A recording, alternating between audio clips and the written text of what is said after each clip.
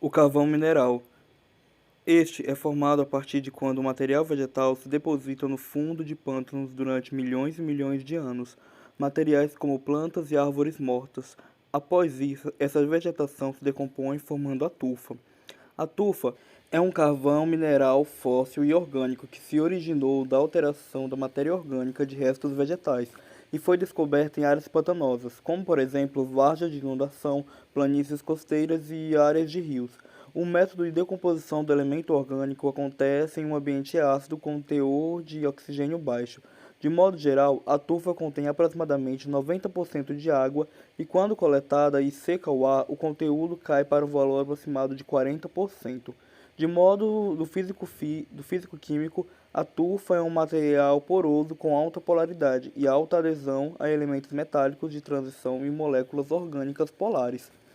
A hulha é um tipo de carvão mineral e que fica entre o antrácito e o lignito, e possui o maior teor de carbono em sua composição, perdendo apenas para o antrácito. Também conhecido como carvão de pedra, contém betume e foi uma das matérias-primas mais utilizadas durante a Revolução Industrial no século XIX. É importante notar que é um carvão com teor de carbono entre 60% e 80%. Já o lignito é uma rocha sedimentar maciça, marrom, formada pela compressão da tufa. Devido ao seu baixo teor calorífico, é considerado uma forma secundária de carvão. É quase exclusivamente usado como combustível para a geração de energia a vapor, mas o germânio nele contido também é extraído como forma de recurso energético. O antrácito é uma espécie de humus que é acumulado por plantas não carbonizadas que passaram pela fase inicial de humus durante sua formação. O antrácito é um carvão e denso com um forte brilho, rachaduras submetálicas e cônicas.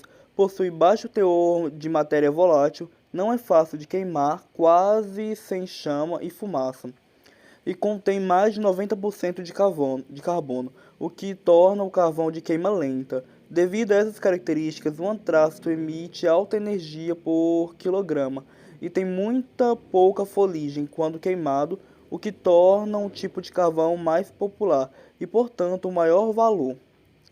Também é amplamente utilizado em filtros de tratamento de água como recursos muito bons.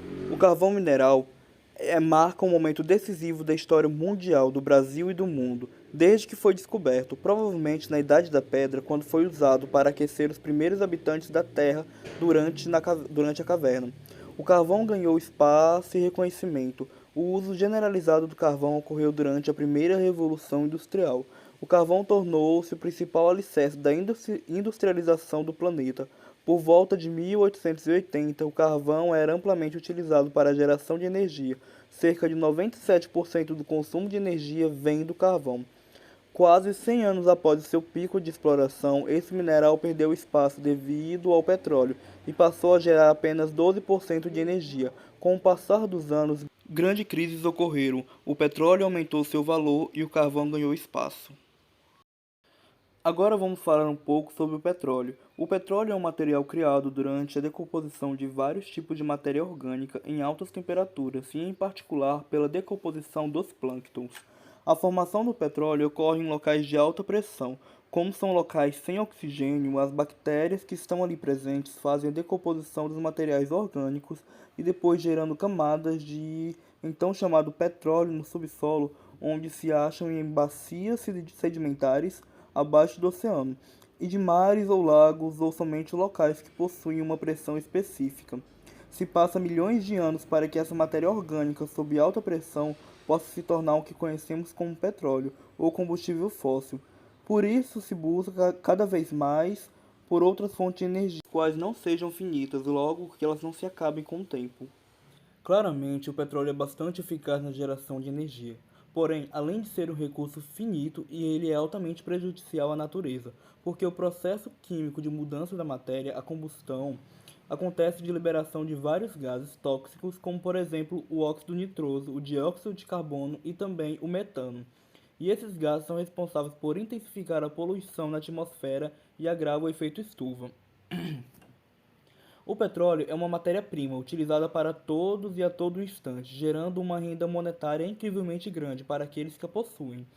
Em todo o mundo, a exploração do petróleo é feita de maneiras diferentes e por empresas diferentes ou estatais diferentes, porém todas possuem o mesmo objetivo, o lucro.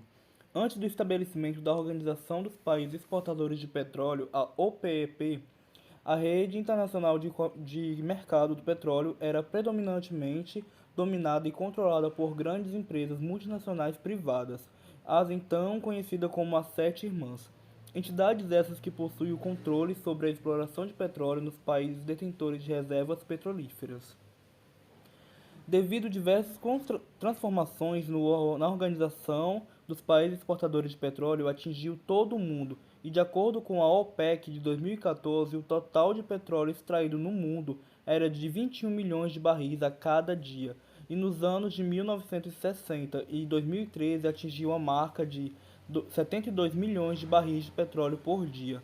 Durante este período, a OPEP foi responsável por cerca de 37,58% da produção total e em 2013 alcançou o marco de 43,39% da produção total de petróleo